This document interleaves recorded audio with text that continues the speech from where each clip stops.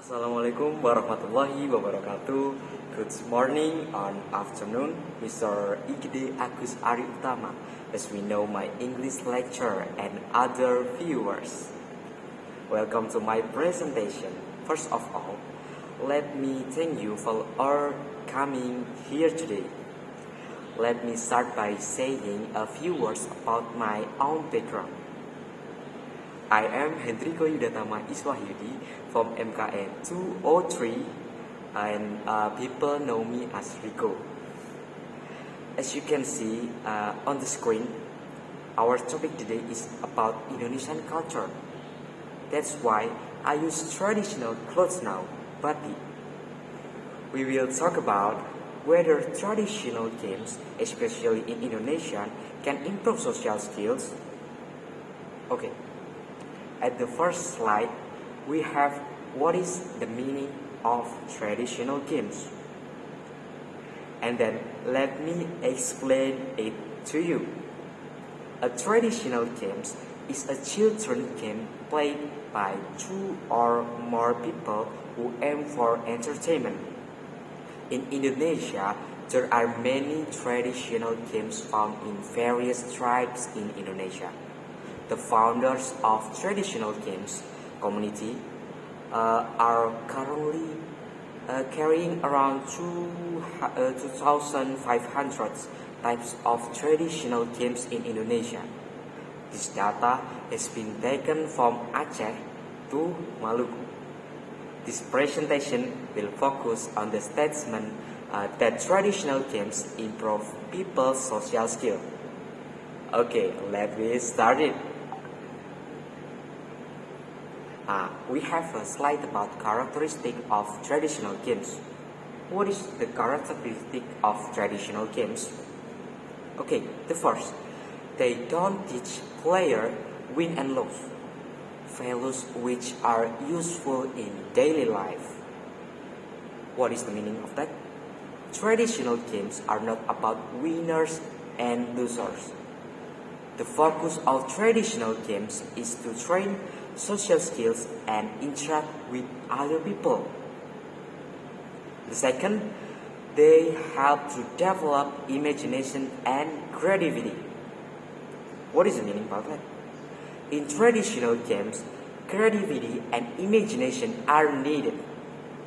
For that, like it or not, the players must be able to develop their minds to enjoy the game. And then we have a reflect and transmit cultural values. Traditional games have characteristics in each country. Therefore, entirely traditional games also present the cultural diversity that exists in the country. For example, in Indonesia, we have many traditional games. And then non-conventional natural use. Natural use? What is that? Traditional games utilize the environment and the surrounding nature as a means of playing. For example, pegs, hoops, marbles, and jacks. The last characteristic we have it was passed down from generation to generation. It was sad for me. However, times have changed and children are starting not to recognize the traditional games. This phenomenon occurs because of the rapid development of science and technology. In Indonesia, because of science and technology, children are more interested in more online game. And then we have a slide about benefit or positive impact. The first benefit is develop cooperation. What is that? Traditional games make the players unite to achieve common goals. And then traditional games help someone to improve social skills. It is the most important of all. Traditional games focus on social skills and gross motor skills.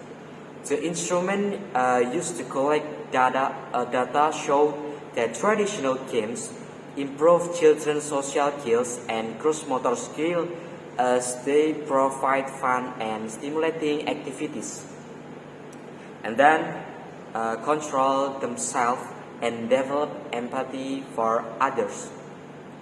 Traditional games foster a sense of community and sensitivity to the environment. And then the last benefit, we have obey rules and respect others. In traditional games, there are rules that must be obeyed so that the game runs smoothly, and there are other players' rights that must be respected. And then, what is about variety of traditional games? Let me show you about little example of traditional games. At the first, we have a kelereng, or in Indonesia we know that gundu. Okay, gundu is game in which all the players drop the marble on a point outside the drawn circle, like this. Yeah, and then gassing or gangsing. The object of the game is to try and knock your opponent's gangsing out of the designated circle, like this. Circle, and this is our gassing. Yeah, KO. And then bakal, when the game is started, the biji bakal are held and hand of the player and are dropped as the ball is allowed to bounce one time, like this, yes, like this. And then congklak or dakon.